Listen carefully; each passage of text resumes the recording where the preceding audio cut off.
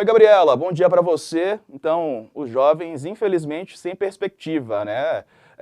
Não vislumbrando um bom futuro aqui no país, muitos querendo deixar o Brasil, que é uma pena, porque são muitas promessas de talentos que podem sair do país por conta desse descontentamento, né? Boa semana, bom dia. Bom dia, Diego. Realmente a situação no Brasil ela é extremamente complicada e para a juventude mais ainda, né? A pesquisa que saiu mostrou que quase 27% dos jovens eles se enquadram no que se chama de geração nenenks, que é aquela geração que não trabalha e nem estuda.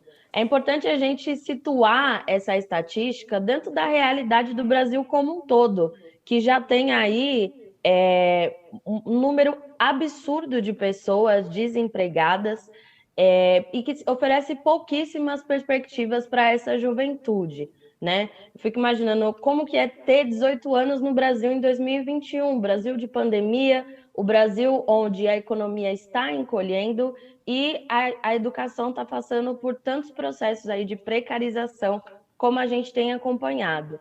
É realmente muito crítico e esse cenário ele requer que a gente tenha vacina, assim, não tem como a gente recuperar um emprego no Brasil sem aumentar a vacinação das pessoas, até porque o maior empecilho para o retorno desse emprego está relacionado à característica da nossa economia, que tem uma base muito grande no trabalho informal. Então, ainda que o setor de serviços esteja aí aos poucos retomando, a gente tem uma base muito grande de pessoas que vivem através do trabalho informal e estão muito impactadas por conta desse momento de pandemia. E nesse contexto todo, o auxílio emergencial se faz imprescindível, não é, Gabriela? A gente está falando de pessoas que estão passando fome mesmo por conta da falta de emprego, né? Pelo menos de um emprego de qualidade.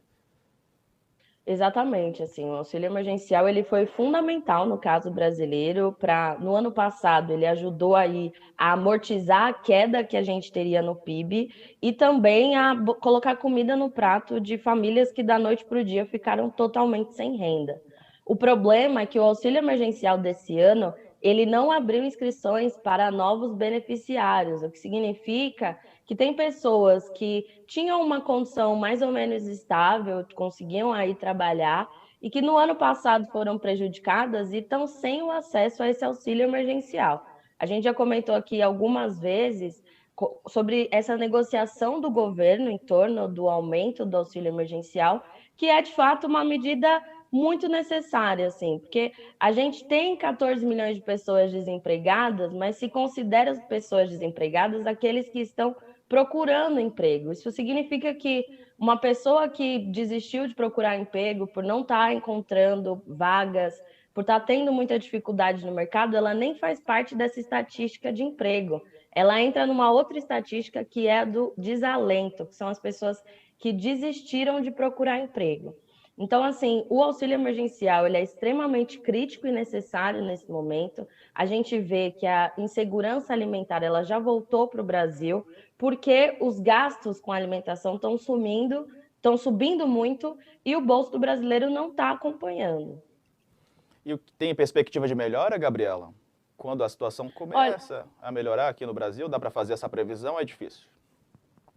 a gente poderia, se a gente tivesse um Ministério da Economia de fato comprometido com o bem-estar da população, mas o que a gente vê é o contrário. Na última quinta-feira, o Paulo Guedes sinalizou uma flexibilização do vencimento dos alimentos enquanto política de combate e de controle da fome.